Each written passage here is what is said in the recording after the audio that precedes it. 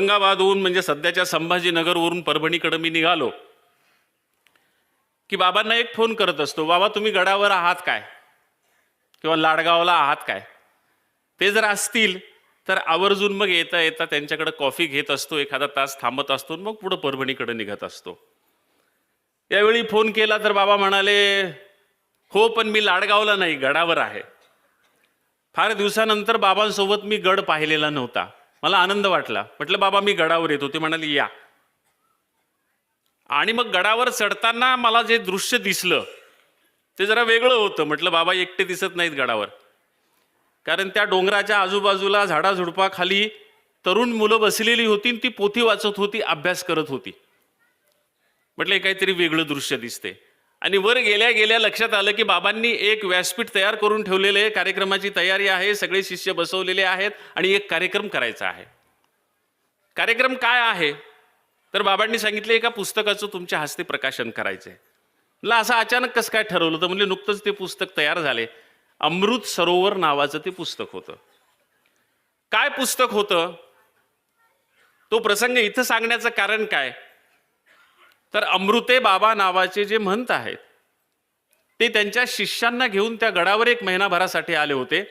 बाबांनी त्यांना बोलवलं होतं आणि त्यांच्या मार्गाचं दैनंदिन क्षणोक्षणीचं आचरण त्यांनी जे पाहिलं,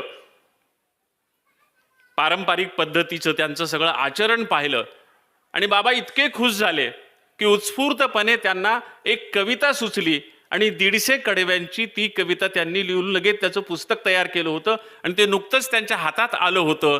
आणि ते म्हणाले की या पुस्तकाचं प्रकाशन तुमच्या हस्ते करायचं आहे. आता पुस्तक न वाचता त्याचा प्रकाशन करायचं कसं हा माझ्या समोरचा प्रश्न होता. पुस्तकावर काय बोलणार, पुस्तकावर बोललं पाहिजे ना.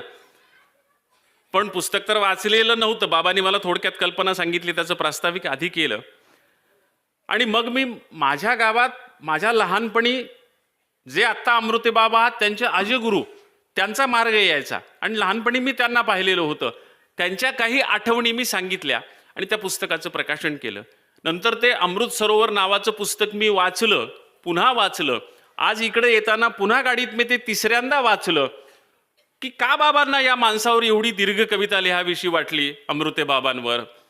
तर त्या बाबांचं जे आचरण आहे त्या आचरणाचा उत्तम नमुना म्हणून त्यांना पंथासमोर ठेवायचं आहे.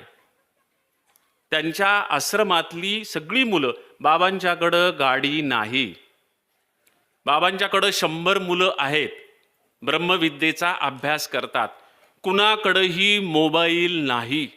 सर्व मार्गामध्ये मिळून एक छोटासा मोबाईल आहे, त्याच्यावर दृश्य दिसत नाही. त्या मोबाईलवर फक्त कुणाचे महत्वाचे संदेश आले तर तेवढेच घेण्याची सुविधा आहे.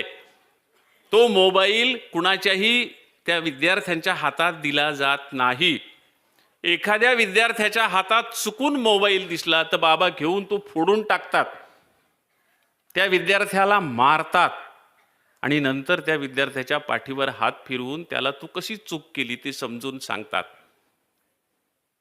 त्यांच्याकडे गाडी नाही. एवढा मोठा मार्ग एका गावाहून दुसऱ्या गावाला अजूनही पायी पायी जातो. सगळे विद्यार्थी अभ्यास करतात, पहाटे 3 वाजता उठतात, 4 वाजता तयार होतात, ब्रह्मविद्या अभ्यासाला बसतात. बाबा त्यांना अभ्यास देतात. चुकणाऱ्या विद्यार्थ्यांच्या पाठीवर धपाटा बसल्याशिवाय राहत नाही, नंतर मायेचा हातही दिल्याशिवाय राहत नाहीत. एका गावात जास्त दिवस राहत नाहीत आणि त्या सगळ्यांना लागणारं जेवणाचं संध्याकाळचं जेवण म्हणजे विद्यार्थी स्वतः करतात. फक्त बायांनी राबावं स्वयंपाकात हे त्यांना मान्य नाही. सगळी सोबतची जी पोरं आहेत ते पोरं मिळून संध्याकाळचा स्वयंपाक करतात. सकाळी सगळे आजूबाजूच्या खेड्यात जाऊन भिक्षा मागून येतात आणि सगळे मिळून एकत्रित जवळी दृष्टीपूत करून जेवण करतात. हे सगळं आदर्श आजच्या पंथीयांनी घ्यावा म्हणून बाबांनी ते पुस्तक लिहिलेलं आहे आणि ते पुस्तक मला फार आवडलेलं आहे. तसंच बाबा तुम्ही आता एकदा ग्रहस्थांनी कसं वागावं तसं लिहिलेलं आहे तुम्ही.